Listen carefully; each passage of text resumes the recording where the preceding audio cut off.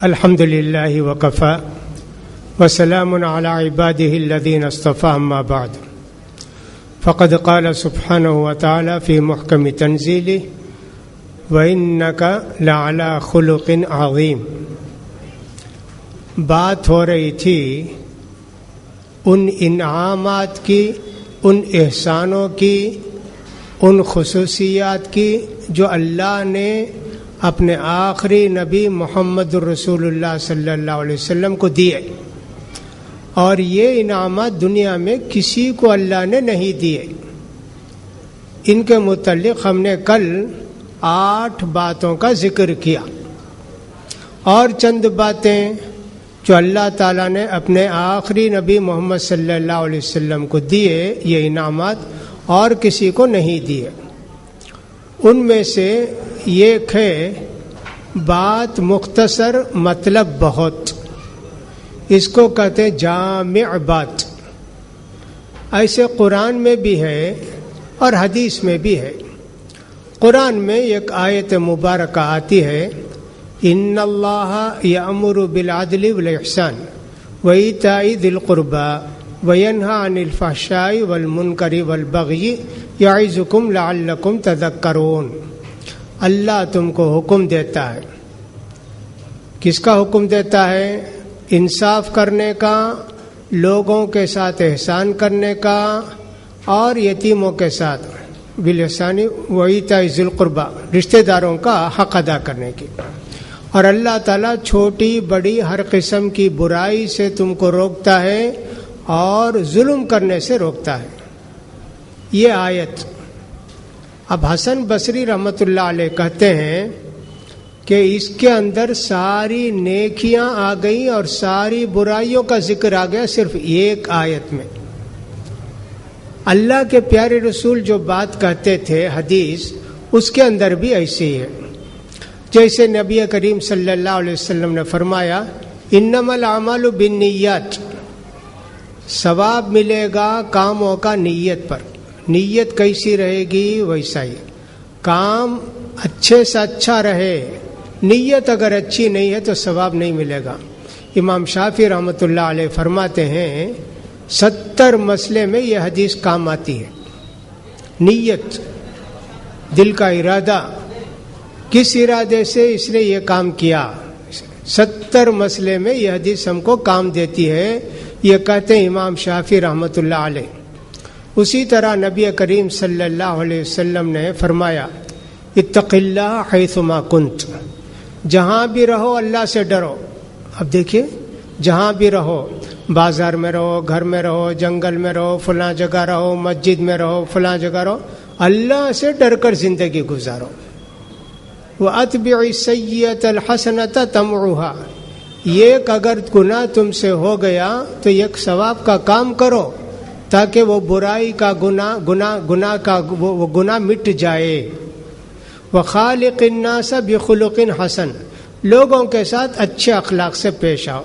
3 جملے میں اللہ کے پیارے رسول نے زندگی کا نقشہ کھینچ دیا کہ ایک انسان کو زندگی کیسے گزارنا چاہیے۔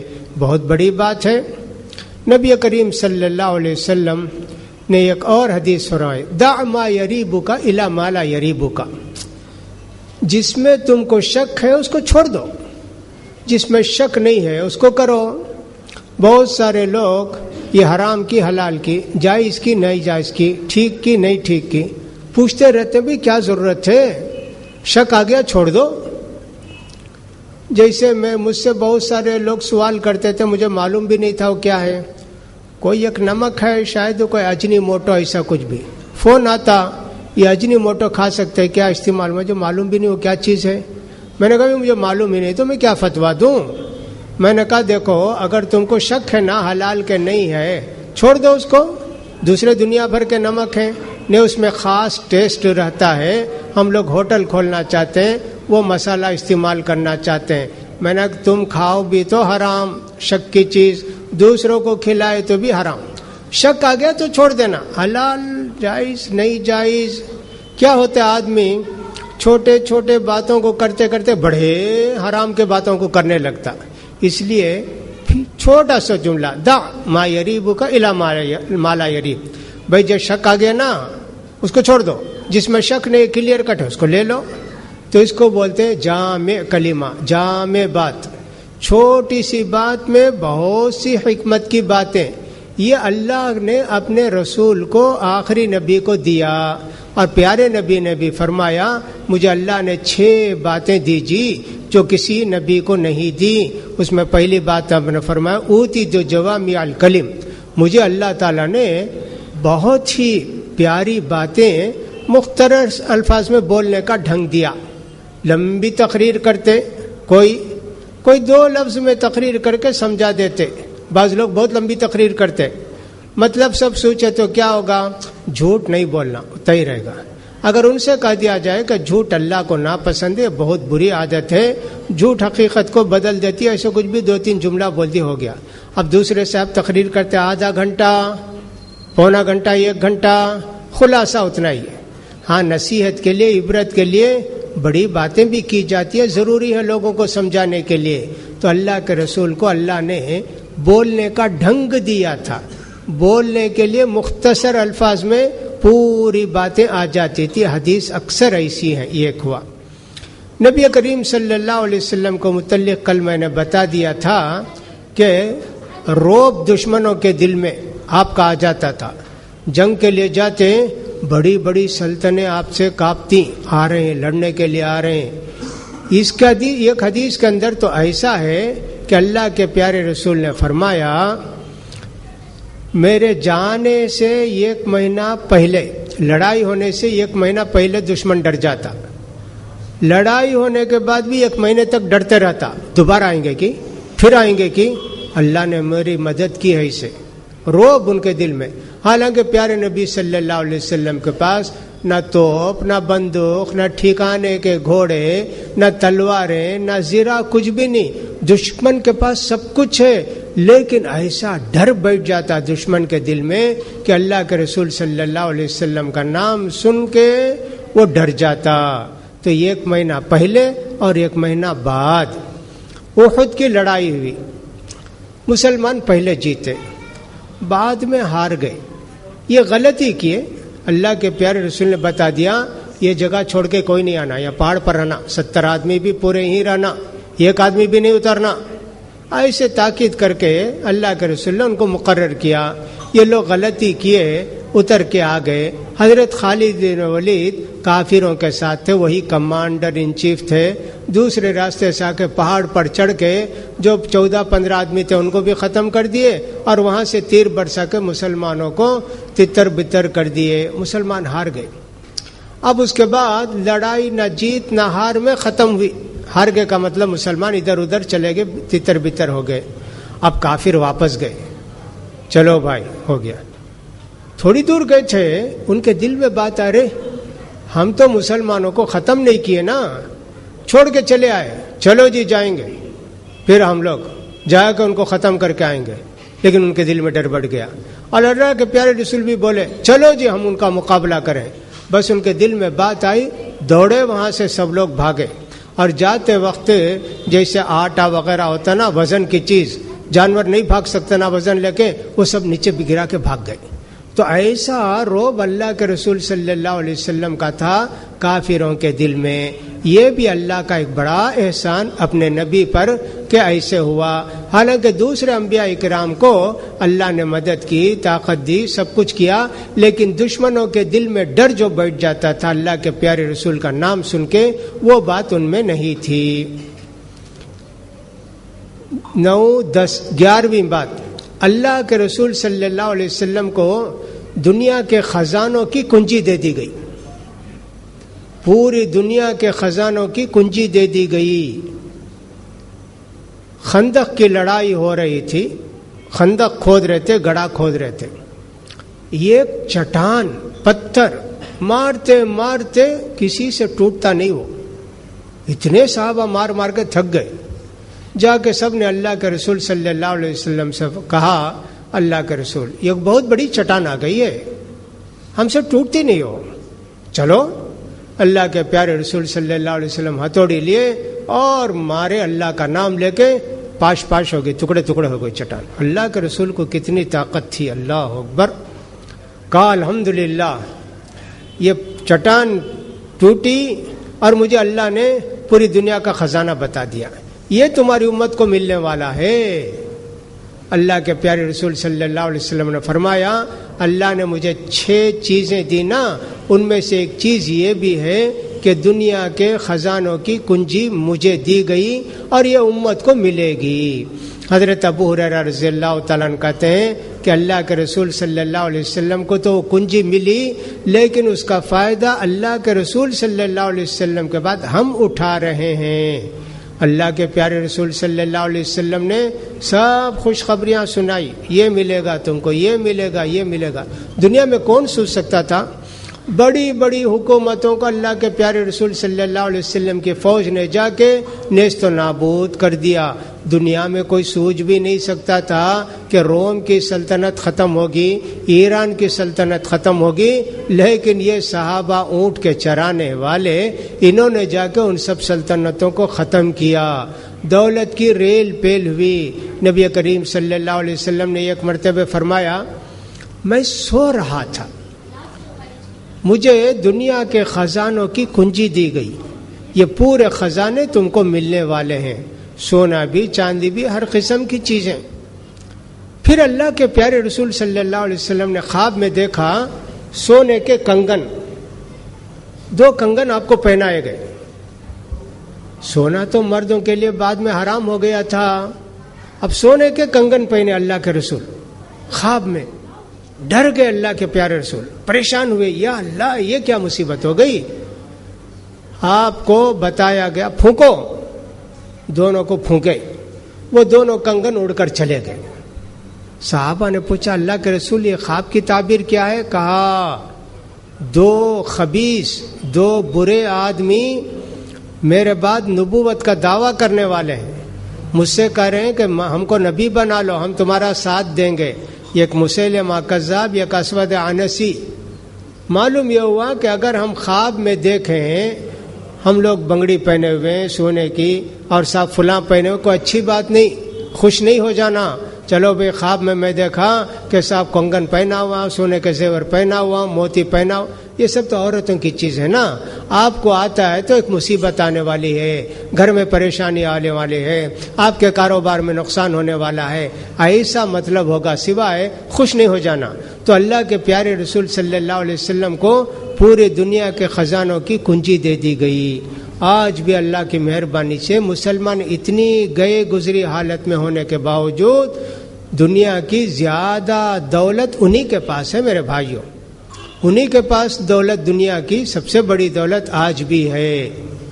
دنیا کے اندر ایک ملک ہمیشہ پیچھے تھا، سمندر کا ایک حصہ اس کے پاس نہیں، جس کو افغانستان کہتے تھے۔ دنیا میں کبھی کوئی بھی سلطنت افغانستان پر کنٹرول نہیں کر سکی، کیا برطانیہ، کیا جرمنی، کیا ہالینڈ، دنیا کے سب حصے کو پکڑے، افغانستان کو نہیں پکڑ سکے۔ وہ ان کی اتنی طاقت، ان کا رعب، ان کا اتحاد، قبیلوں کی وہ بات تھی۔ اب آخر میں تحقیق کی امریکہ نے تو معلوم ہوا کہ افغانستان کے پاس جتنا خزانہ زمین میں دفن ہے وہ امریکہ پاس بھی نہیں، کسی کے پاس بھی نہیں۔ لوہا، سونا اور سب پتہ نہیں کیا کیا، یورینیم، دنیا بھر کی چیزیں اس کی زمین میں ہیں۔ 250 سال کا خزانہ اس کے پاس ہے۔ اب امریکہ اس کیسے چھوڑے گا اس کو؟ یہ سب بہانے بنایا، بن لادن بھی، فلاں بھی، یہ بھی، وہ سب کچھ نہیں۔ وہ چاہتا امریکہ کہ اس خزانے سے فائدہ اٹھائے، جیسے روم اور ایران نے کوشش کر کے عربوں کو دبانا چاہا لیکن عربوں نے ان کو ختم کر دیا، ویسے ہی سمجھ میں آتا ہے کہ افغانستان بھی کسی وقت طاقتور بنے گا اور امریکہ کا مقابلہ کرے گا، امریکہ وہاں سے بھاگے گا۔ تو بہرحال دنیا کے اندر دیکھیے پیٹرول دنیا کے اندر جو بھی نکلتا ہے اس کا تقریباً 70-80% حصہ مسلمان ملکوں کے اندر ہے۔ سعودی عرب دنیا کا سب سے زیادہ پیٹرول نکالنے والا ملک ہے۔ اس کے علاوہ بھی اور کتنی جگہ سے ہوتے ہیں۔ ملیشیا کے اندر دیکھ لیجئے کتنی کانیں ہیں، وہاں ربڑ کا سب سے بڑا خزانہ ملیشیا کے پاس ہے۔ عمان کو دیکھ لیجئے، سمندر کا سب سے بہترین راستہ، نزدیک کا راستہ اسی کے پاس ہے۔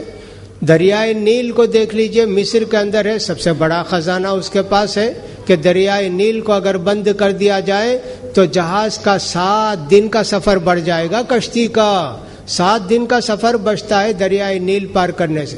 کتنی چیزیں اللہ نے مسلمانوں کو دی، یہ سب اللہ کے پیارے رسول کی برکتیں ہیں کہ اللہ کے پیارے رسول یہ سارے خزانے ہم کو چھوڑ کر گئے۔ آج تک سعودی عرب میں سونا پلاٹینم وغیرہ نہیں نکالا گیا، اس کی ضرورت بھی نہیں پڑی۔ پہلے تو مسجد حرام میں بچھانے کے لیے سنگ مرمر اٹالی سے منگاتے تھے سعودی، اب تو خود وہاں سنگ مرمر ایسا نکلا سعودی عرب کے اندر، اٹالی سے بھی زیادہ قیمتی سنگ مرمر نکلا وادی فاطمہ کے اندر۔ کتنی چیزیں اللہ نے دی ہیں مسلمانوں کے لیے، یہ سب اللہ کے رسول کو بتا دیا گیا کہ تمہاری امت کو یہ سب ملنے والا ہے۔ اللہ کے پیارے رسول صلی اللہ علیہ وسلم یہ سب بتا کے کہتے ہیں اجی مجھے اس بات کا ڈر نہیں ہے کہ میری امت بھوکی پیاسی رہے گی، غریبی بن کر مرے گی، اس کا مجھے ڈر نہیں ہے جی، ڈر اس بات کا ہے یہ خزانے سب تم کو دیے جائیں گے تو تم ایک دوسرے سے خزانے میں بڑھنے کے لیے، چھیننے کے لیے اور چوری کرنے کے لیے یہ سب تم کرو گے، تم آپس میں ایک دوسرے پر حسد کرنے لگو اس دولت کی وجہ سے، اس کا مجھے ڈر ہے۔ تو اللہ کے نبی صلی اللہ علیہ وسلم کو دنیا کا سارا خزانہ دے دیا گیا اور الحمدللہ ویسے ہی ہوا۔ جس وقت ممالک فتح کیے، اللہ اکبر، ترکی ایک ایسی سلطنت تھی میرے بھائیوں کہ جس میں ساری دنیا کے ملک آ گئے تھے، جرمنی اس کے ماتحت، فرانس اس کے ماتحت، سب ڈرتے، کچھ بھی کرنا ہو تو جب تک ترکی سے اجازت نہیں لیتے کچھ بھی نہیں کرتے۔ ہالینڈ ہو، پولینڈ ہو، جتنی یورپ کی سلطنتیں تھے سب کا رعب تھا ترکی کا، سب ڈرتے تھے۔ بڑی زبردست فوج اس نے تیار کی تھی ترکی نے، سارے ممالک، اسی لیے آپ دیکھیں کہ جتنے یورپی ممالک ہیں سب میں وہ ترکیوں کا مینارہ ہوتا ہے نا، وہ آج بھی ہے۔ اسی کو ختم کرنے کے لیے بوسنا میں بھی ادھر بھی ادھر کوشش ہوئی کہ اس ترکیوں کا جتنا اثر ہے سب نشانات مٹا دیں اور مسلمانوں کو یہاں سے بھگا دیں۔ ہونے کی بات ہے کیا اللہ رب العزت چاہیں گے تو ایک کام ہوتا ہے۔ لہذا ایک زمانہ وہ تھا کہ ترکی دنیا کے سب سے بڑی سلطنت، سب سے باروب سلطنت تھی، لیکن انہوں نے اپنی غلطیاں کی جس کی وجہ سے اللہ نے ان کو سزا دی۔ تو بہرحال آج بھی دنیا کے اندر سب سے بڑا خزانہ اسلامی ممالک کے پاس ہی ہے، لیکن جو اتحاد ایک خزانہ ہے، محبت آپس میں ہونا، وہ نہیں رہنے کی وجہ سے مسلمان کبھی امریکہ سے ڈرتے ہیں، کبھی فرانس سے ڈرتے ہیں، کبھی برطانیہ سے ڈرتے ہیں، کسی اور سے ڈرتے ہیں۔ لیکن اللہ نے قرآن مجید کے اندر فرما دیا کبھی یہودیوں کو عیسائیوں کو دوست نہیں بنانا، وہ ان کے ایک دوسرے کے دوست ہیں، اس آیت کو بھول گئے۔ اب امریکہ دوست ہے، روس دوست ہے اور سب یہودی دوست ہیں، ایسا ہو گیا تو مسلمانوں کے دل سے، یہودیوں کے دل سے اور عیسائیوں کے دل سے مسلمانوں کا ڈر بھی نکل گیا۔ بہرحال اللہ تعالیٰ نے دنیا کے سارے خزانے کی کنجی پیارے نبی صلی اللہ علیہ وسلم کے ہاتھ میں دے دی۔ نبی کریم صلی اللہ علیہ وسلم ایک مرتبہ احد کو گئے، جہاں لڑائی کے بعد جو صحابہ شہید ہوئے وہیں دفن کر دیے۔ وہاں جا کے آپ نے نماز پڑھائی، جنازے کی نماز، وفات سے 1-2 سال پہلے، پھر آ کے ممبر پر تقریر کیے اور یہی فرمایا آپ نے اللہ نے مجھے ساری زمین کی خزانے کی کنجی دے دی ہے، مجھے ڈر اسی بات کا ہے کہ تم آپس میں لڑو گے جھگڑو گے۔ یہ حدیث کئی طریقے سے ذکر کی گئی ہے، تو بہرحال یہ باتیں تھیں جو اللہ کے رسول صلی اللہ علیہ وسلم کو بتائی گئیں۔ تو 11 باتیں ہوئی، 11 احسان ہوئے اللہ کے۔ 12واں احسان، اللہ کے پیارے رسول صلی اللہ علیہ وسلم کے سارے گناہ کو اللہ نے معاف کر دیا۔ گناہ ہی کون سے تھے؟ گناہ نبیوں کا کیا ہوتا ہے؟ نبیوں کا گناہ یہ ہوتا ہے کہ کبھی کبھی اللہ کو بھول جاتے۔ کیسا بھول جاتے؟ کام میں لگے، کھانے میں لگ گئے، کام میں لگ گئے، اس وقت اللہ کا جو ذکر کرنا، اللہ کو یاد کرنا، وہی گناہ ان کا، اور کوئی گناہ نہیں۔ نعوذ باللہ، چوری نہیں, ڈکیتی نہیں, کوئی فلاں نہیں فلاں نہیں. پیارے نبی صلی اللہ علیہ وسلم کے سارے گناہ معاف ہو گئے.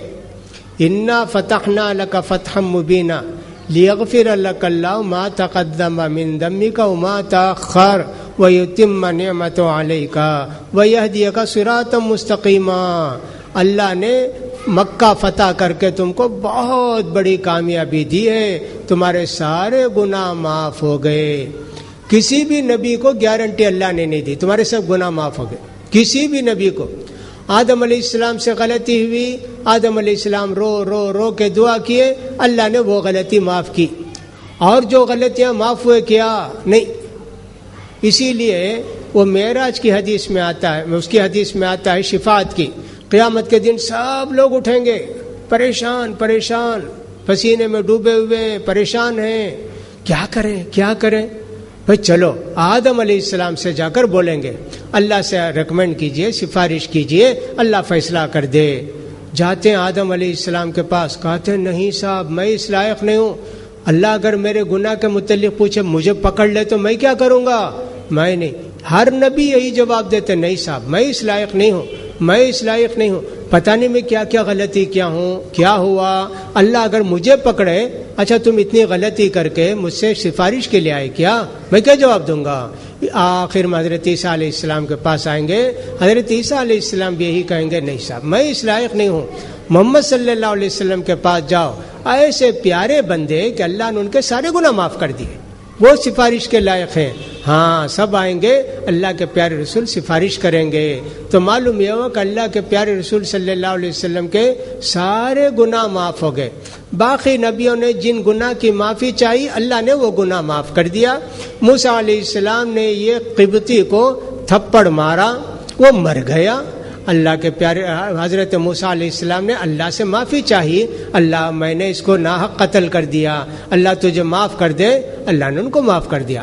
حضرت یونس علیہ السلام سے غلطی ہوئی کہ صاحب وہ ایک بستی چھوڑ کے دوسری بستی کو چلے گئے دعوت و تبلیغ کے لیے.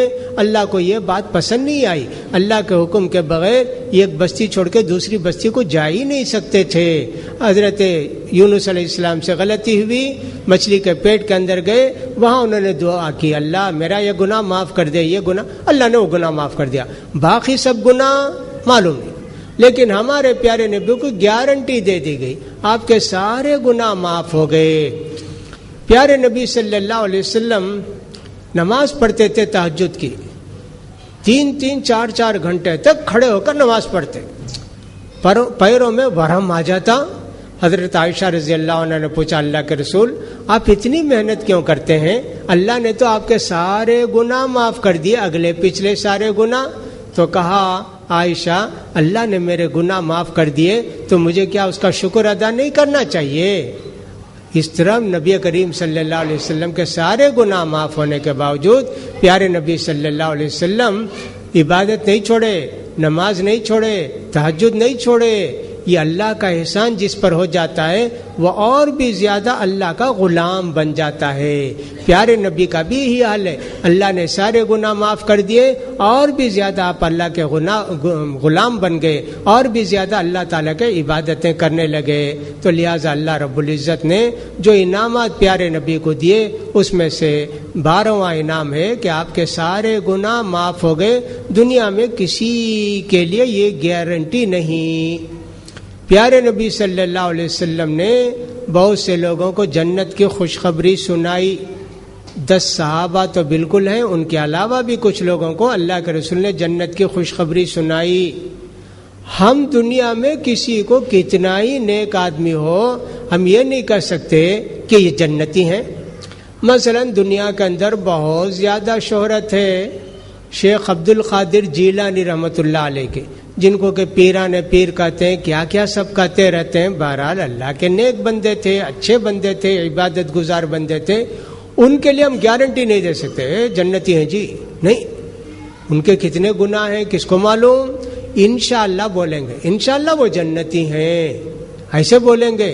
تو دنیا میں کسی بھی آدمی کے لیے گناہ کے معاف کرنے کی گارنٹی اللہ نے نہیں دی سوائے ہمارے پیارے نبی صلی اللہ علیہ وسلم کے. یہ بھی آپ کا اللہ کا یہ بھی آپ پر بڑا احسان تھا اور بڑا انعام تھا. 13واں احسان، 13ویں بات جو اللہ کے رسول صلی اللہ علیہ وسلم کو اللہ کی طرف سے دی گئی، قرآن مجید. یہ اللہ کی ہمیشہ رہنے والی کتاب، پیاری کتاب، اللہ کا کلام. دنیا میں جتنی کتابیں آئی سب ختم ہو گئی، لیکن قرآن مجید قیامت کے قریب تک باقی رہے گا. اللہ اکبر. اور دنیا میں آج تک بھی کچھ بھی نہیں ہوا قرآن مجید کے اندر، سب کچھ ہوا. نبی کریم صلی اللہ علیہ وسلم فرماتے ہیں اللہ نے سارے نبیوں کو معجزے دیے. جیسے صالح علیہ السلام کو اونٹنی دی، اور کسی نبی کو اور کچھ دیا، کسی نبی کو کچھ اور دیا. موسیٰ علیہ السلام کو لاٹھی دی، اور سب ہاتھ اگر ڈالتے گریبان سے روشن ہو جاتا. اور اسی طرح حضرت عیسیٰ علیہ السلام کو مردوں کو زندہ کرنا، تھوڑے دن کے لیے، تھوڑے وقت کے لیے، اور کوڑی اور برس کی بیماری جن کو آتی ان کو شفا دینا، یہ سب کرتے تھے. سب نبی ختم ہوئے، ان کا معجزہ ختم. نبی ختم، ان کا معجزہ ختم. اللہ کے پیارے رسول نے فرمایا مجھے اللہ تعالیٰ نے وحی قرآن مجید دی ہے، یہ قیامت تک رہنے والا ہے. جتنے لوگ قرآن مجید کے سن کر، پڑھ کر، سمجھ کر ایمان لائیں گے، ان سب کا ثواب مجھے ملے گا. یہ قیامت تک قائم رہنے والا معجزہ ہے. اتنے سال گزر گئے، کبھی کچھ بھی ہوا کیا دنیا کے اندر؟ کبھی کچھ نہیں ہوا قرآن کے متعلق. کوئی نہیں کہہ سکا کہ صحابہ کے زمانے میں جو قرآن تھا وہ بعد میں بدل گیا. عرب کا قرآن الگ ہے، انڈیا کا الگ ہے، کوئی نہیں کہہ سکا. حضرت یحییٰ بن اکثم ایک تابعی ہے، وہ کہتے ہیں کہ ایک یہودی آیا مامون رشید کے پاس، اگر بہت اچھی تقریر کیا، بہترین عربی بولا.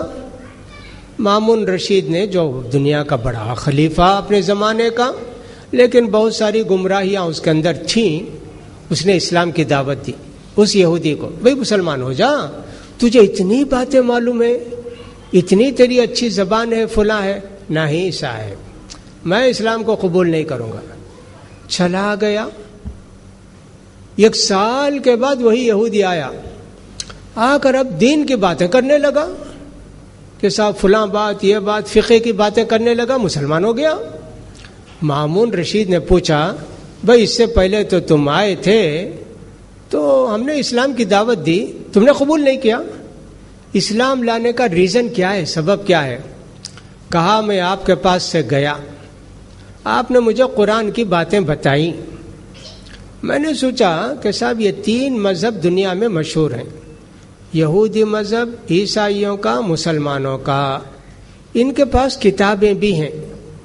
تو میں کیا یہ صحیح کتاب کون سی ہے اس کو دیکھنا چاہیے.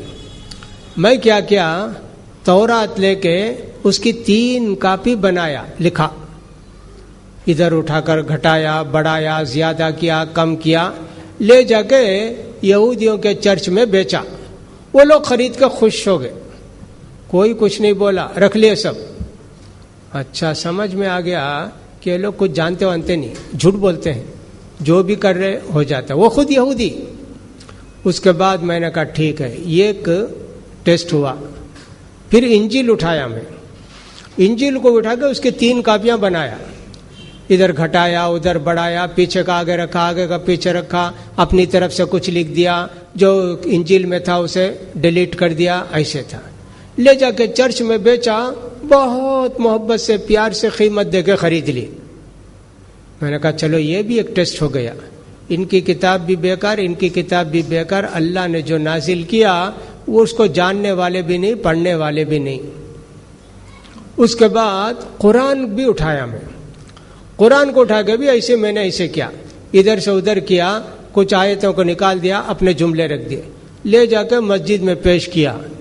دیکھتے ہی فوراً پکڑا مجھے، تو ایسا جھوٹا، اٹھا کے اس کو جلا دیا 3. میں نے کہا دیکھو یہی اللہ کی کتاب ہے، یہی سچی کتاب ہے کہ وہی سے ہی باقی ہے. مسلمانوں نے اس کی حفاظت کی. اس کی وجہ سے میں مسلمان ہو گیا.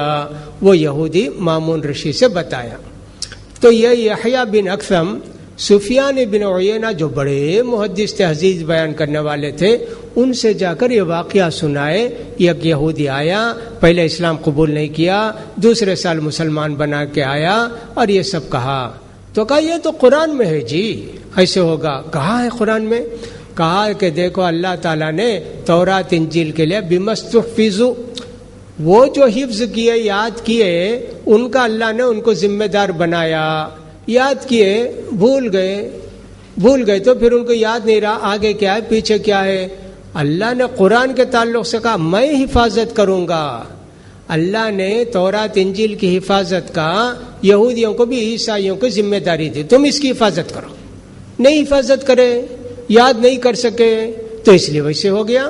لیکن قرآن کو اللہ نے کہا میں حفاظت کروں گا، ہم نے یہ کتاب نازل کی ہے اور ہم اس کی حفاظت کریں گے. بالکل ٹھیک ہے.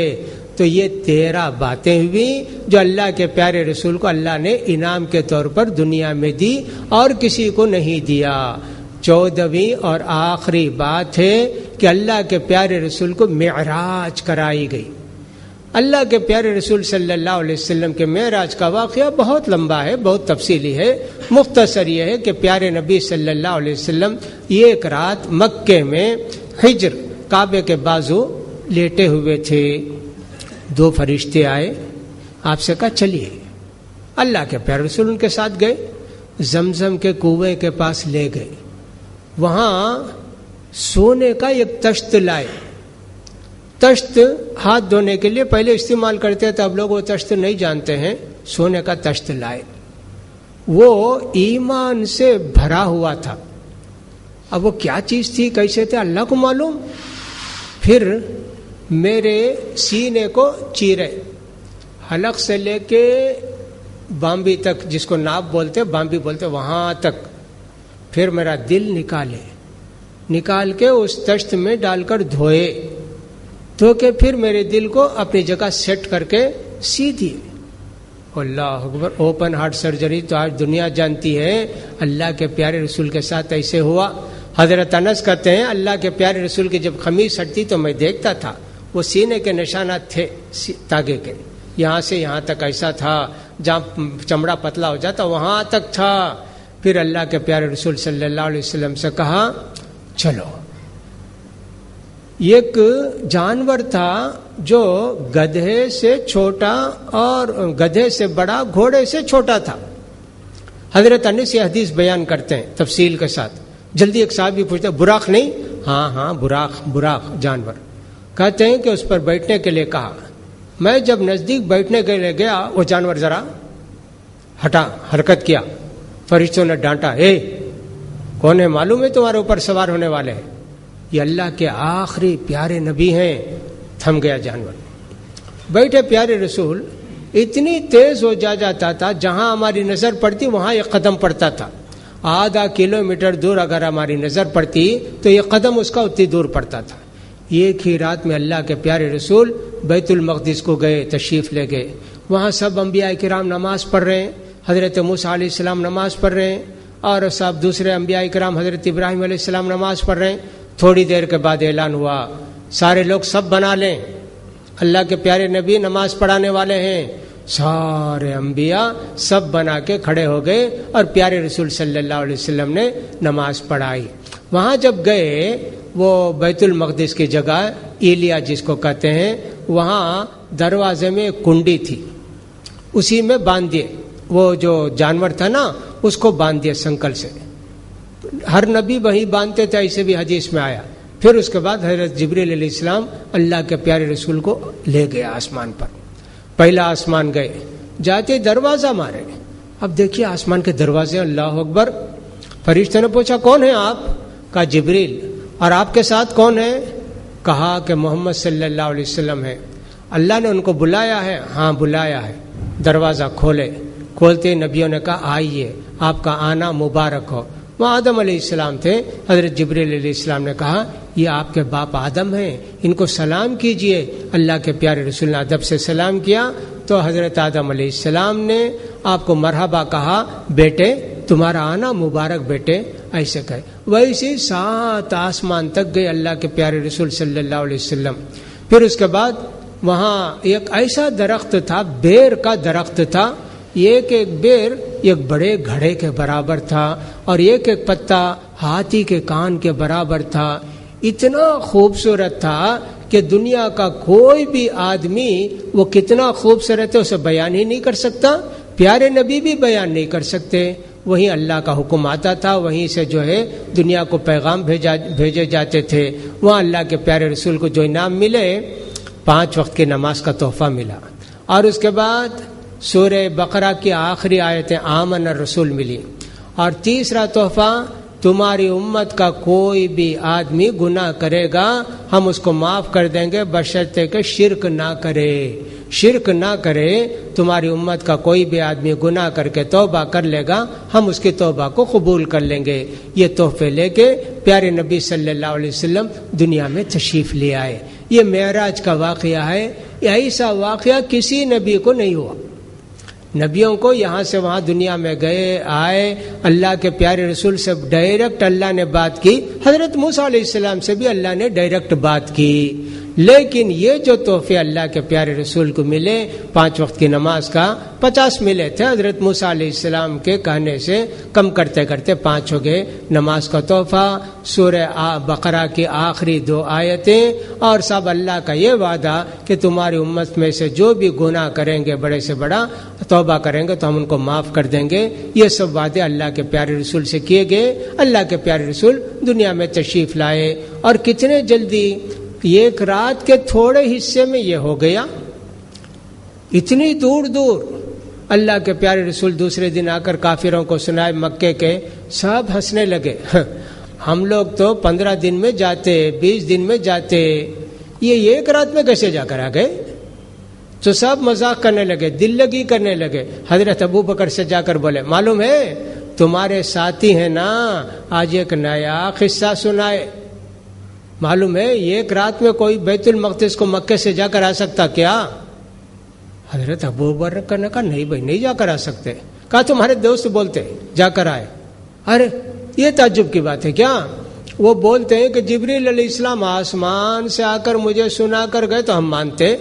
یہ تو دنیا میں تھوڑی دور جا کر آنے کا مسئلہ، کیوں نہیں مانیں گے بھائی؟ حضرت ابو بکر کو کافر گمراہ نہیں کر سکے. جب اللہ کے پیارے رسول نے یہ قصہ سنایا کافروں کو تو کافروں نے سوچا اچھا ان کو ٹیسٹ کرنا چاہیے، گئے کیا؟ یہ پوچھے اچھا آپ گئے تھے نا بیت المقدس کو، بیت المقدس میں کیا کیا ہے بتائیے. جیسے کتنے لائٹ ہیں، کتنے کھمبے ہیں، کتنے دالان ہیں، کتنا صحن ہے، یہ بتائیے. اللہ کے پیارے رسول کیا ٹیسٹ تماشا دیکھنے گئے تھے کیا؟ وہ نماز پڑھانے گئے تھے. اللہ کے پیارے رسول فرماتے ہیں یہ سوال کرے نا مجھے اتنی تکلیف ہے یا اللہ میں تو کچھ نہیں جانتا. اللہ کے پیارے رسول نے فوراً پردہ ہٹا دیا، مکے سے لے کے بیت المقدس تک کا پیارے نبی کے سامنے پورا حرم ہے بیت المقدس. دیکھ دیکھ کر بتاتے ہیں دیکھو اتنے کھمبے ہیں، اتنا صحن ہے، اتنا دالان ہے، اتنی جگہ ہے. کافروں کو یقین ہو گیا. تو یہ معراج کا واقعہ یہ بھی اللہ کے پیارے رسول کو اللہ نے انعام کے طور پر دیا. یہ دنیا میں اللہ نے اپنے پیارے رسول کو یہ بڑے بڑے 14 انعام دیے. اب آخرت میں جو اللہ کے رسول کو اللہ خاص جو تحفے دے گا جو کسی نبی کو نہیں دے گا وہ بھی چند تحفے ہیں. آپ کی امت کو اللہ نے جو خاص تحفے دیے اور کسی کو نہیں دیے وہ بھی چند تحفے ہیں. انشاءاللہ ان کو بھی بیان کرنے کی کوشش کریں گے، اللہ توفیق دے. بہرحال ہمارے پیارے نبی کے ان سب واقعات کو سن کے کتنی خوشی ہوتی ہے کہ اللہ نے اس پیارے نبی کی امت میں ہم کو بنایا، کہ اللہ کے پیارے نبی کی امت ہم بن گئے. حضرت عیسیٰ علیہ السلام تمنا کیے یا اللہ اتنے بڑے نبی ہیں کیا، مجھے بھی ان کا امتی بنا دے. اس لیے اللہ تعالیٰ نے پھر ان کو دنیا میں بھیجے گا، ہمارے پیارے نبی کے امتی بن کر دنیا میں زندگی گزاریں گے. اتنے بڑی نبی کی خواہش تھی، لہٰذا ہم کو بھی چاہیے کہ پیارے نبی کی قدر کریں، آپ کا نام سنے تو درود پڑھیں اور آپ کے حکم پر عمل کرنے کی کوشش کریں، آپ کے سنتوں کو اپنانے کی کوشش کوشش کریں. اللہ تعالی ہم سب کو اس کی توفیق نصیب فرمائے. اللہ تعالی ہمارے دلوں میں پیارے نبی صلی اللہ علیہ وسلم کی محبت کو بھر دے, آپ کی سنتوں پر عمل کرنے کی توفیق دے. اللہ تعالی اس ماہ مبارک کے اندر ہم سب کو زیادہ سے زیادہ عبادت کر کے اللہ کو راضی کرنے کی توفیق نصیب فرمائے. جو کچھ ہم سنتے ہیں اللہ تعالی ان کو ہمارے دلوں میں بیٹھا دے. اگر کوئی غلط بات ہماری زبان سے نکل جائے تو اللہ تعالی ہمارے دلوں سے ان کو مٹا دے. اقول قولی ھذا واستغفر اللہ لی ولکم ولسائر المسلمین فاستغفروہ انہ غفور رحیم. سبحانک اللہم وبحمدک اشہد ان لا الہ الا انت استغفرک واتوب الیک.